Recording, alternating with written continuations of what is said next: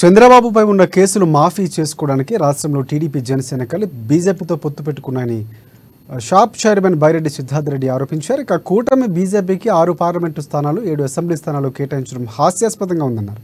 2014లో బీజేపీతో పొత్తు పెట్టుకుని దెబ్బతిన్న తెలుగుదేశం బీజేపీ మోసం చేసిందని, నవనిర్మాణ దీక్షలు రాష్ట్రమంతా చేసిందని సిద్ధార్థ రెడ్డి గుర్తు చేశారు.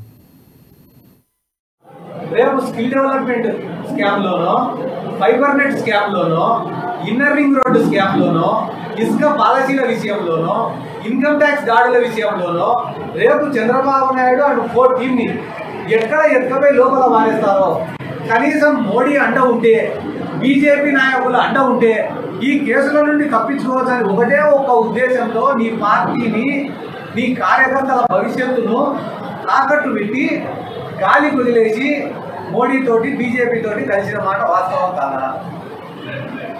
పవన్ కళ్యాణ్ కు ఈ రాష్ట్రంలో 6% ఏమో ఓట్లు ఉంటాయి. 6%, 6.5% ఓట్లు. 6.5% ఓట్లు ఉండేటువంటి ఏమో ఇచ్చింది 2 పార్లమెంట్లు, 0.85% ఓట్లు ఉన్నటువంటి ఇచ్చింది 6 పార్లమెంట్లు. పవన్ కళ్యాణ్ ఈ పొత్తు కోసం ఇంకా త్యాగం చేశాడట. ఇంకా త్యాగరాజన్ పేరు పెట్టారు మా ఊర్లో.